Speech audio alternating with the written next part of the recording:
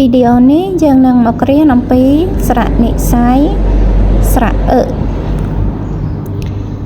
ការស្គាល់សូរអក្សរកមនុស្សប្រុសម្នាក់ឯងឈ្មោះក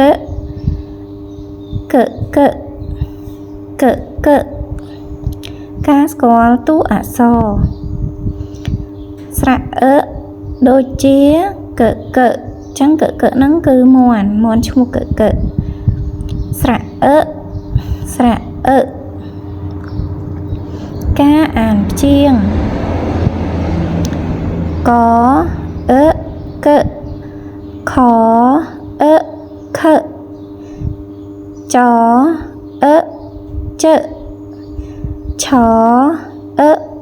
ឆកអាកាកអេកេកអីកៃកកការភ្ជាប់ពាក្យនិងរូបភាពកកៃក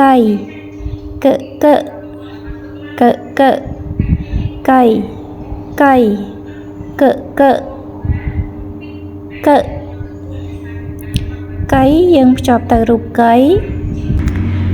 កយើងភ្ជាប់ទៅកយើងភ្ជាប់ទៅ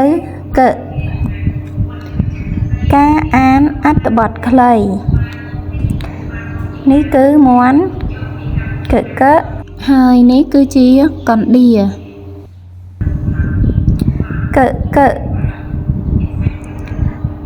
កឆៃពោតកឆៃស្មៅកឆៃកណ្ដៀកឆៃដង្កូវ